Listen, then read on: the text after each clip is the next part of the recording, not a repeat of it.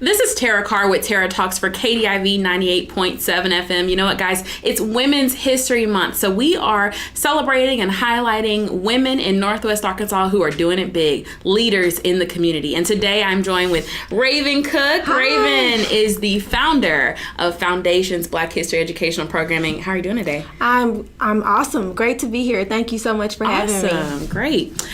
So Raven, let's go ahead and just jump right into your story. Tell me your story. Tell me about your work as an activist, and then also tell me about Foundations. Yeah, so I began in activism really in college. That's when I really started to really kind of hone in on this sense of identity and purpose behind it. I had always been very aware and conscious of my culture and my background as an African American woman. I grew up with a family that was very proud of being Black, and my elementary school offered Black history, which is pretty rare. So I had that background knowledge of Black leaders who had done incredible things. But then the things with Trayvon Martin, the murder of Trayvon Martin and Michael Brown, and so many others fostered my sense of using those things and making them more action-oriented. Okay. Foundations came about through a program. I was actually a fellow in the Rising Leaders Fellowship, which is in partnership with Teach for America. And what they wanted you to do was to address an educational inequity.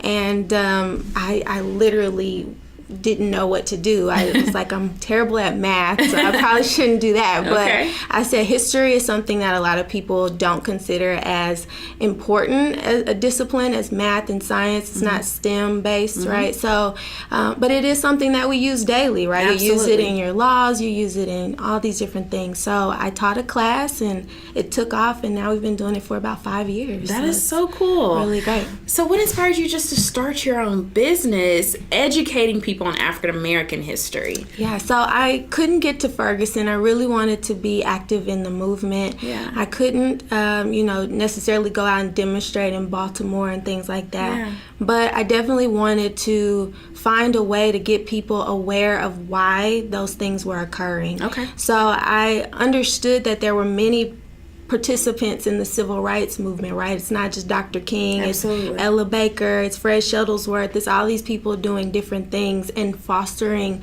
their desire to be action oriented, but through their gift, right? Sure. So my gift is education and Black history, so I took it and just ran, and it's been a courageous step, but it's definitely one I enjoy. And what challenges have you faced with that? My largest challenge is probably just getting African Americans engaged with the program.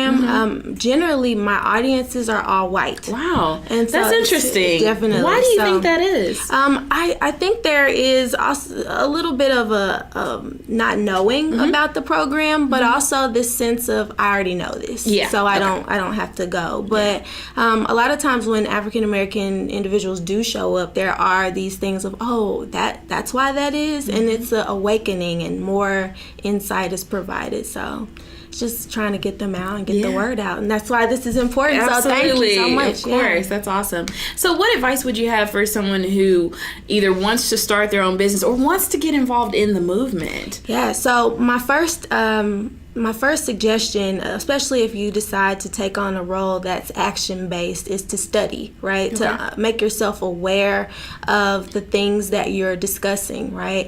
I was so proud of my younger brother this past week, especially with the students doing all the activism, right?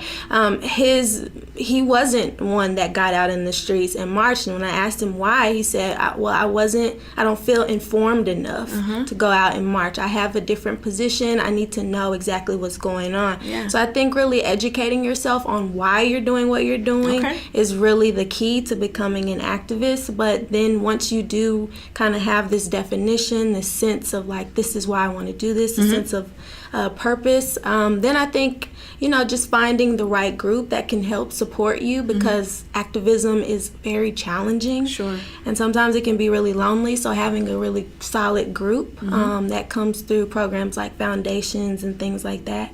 So really just finding a tribe, if you will, that will help. I love that. Yeah. And I'm going to ask you a question that I'm surprised sometimes can be seen as controversial. Yeah. Do you consider yourself to be a feminist? And if so, why or why not? Yeah, so I don't necessarily consider myself a feminist in the traditional sense. I feel that feminism, the ideology, adheres to particularly white women, whereas womanism, which is created in the late 70s, early 80s by Alice Walker and expounded upon by Patricia Hill Collins, it intersects more with my reality as a black woman, right? Sure. So as a black woman, my immediate thought process is geared toward my blackness, my sense of community, whereas my gender isn't always the front narrative, right? So that sense of womanism is more geared toward women of color. So I understand the ideology of feminism and support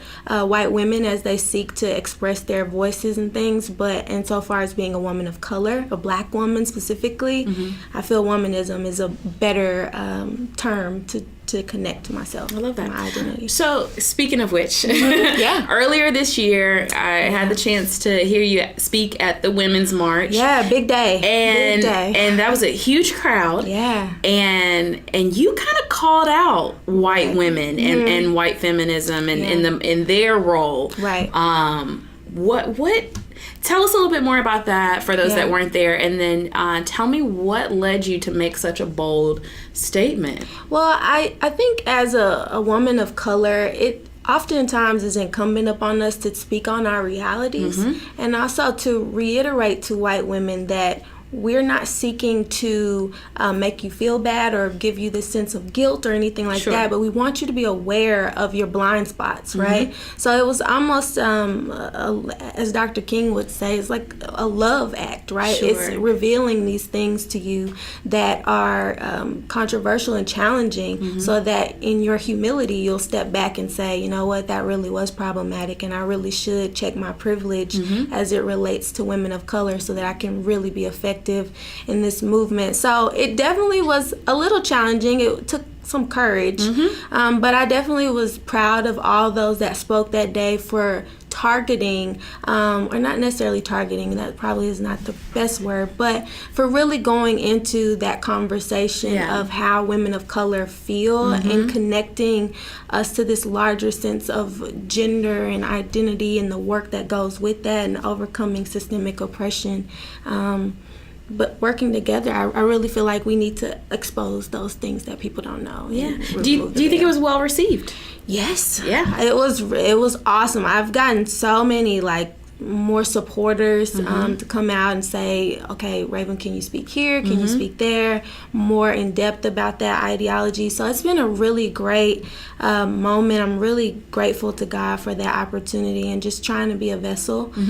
So that's really my biggest thing at this time. That's awesome. So if there was a woman either in history or alive today that you could invite to dinner, sit and chat, who would that be and why? I think Ida B. Wells would probably be that woman. She was unapologetic to me and just beautiful, and also her birthday is in July and mine is in July, so I feel like we'd have some kind of connection. A little birthday dinner. Yeah, exactly. So yeah, I think she was just a brilliant political, but also journalist, just the way she moved and unapologetic. I just love her. Yeah. Okay.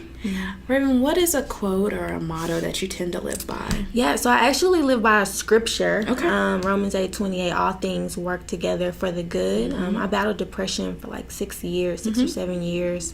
And it was basically because I didn't understand that all things, even these moments of dark times that you go through, are necessary in developing who you are as an individual, and not to take those negatively. So I definitely live by that motto. All things, good, bad, ugly, all things work together for the good. Absolutely. I love that. So how can our listeners follow you online, learn more about Foundations? Yeah, so you can head to the Foundations Black History Education page on Facebook. Okay. You can go to Foundations RC on Instagram, or you can just follow me, Raven Cook, on Facebook. and you can connect to all those different channels. Excellent. Raven, is there anything else you'd like to add? Yeah, so March 27, 2018 at 7 p.m. on Starbucks, at Starbucks on College, we'll be hosting our informational coffee night for the upcoming NWA Black History School, which will start this fall, and it'll have students from 3rd through 12th grade getting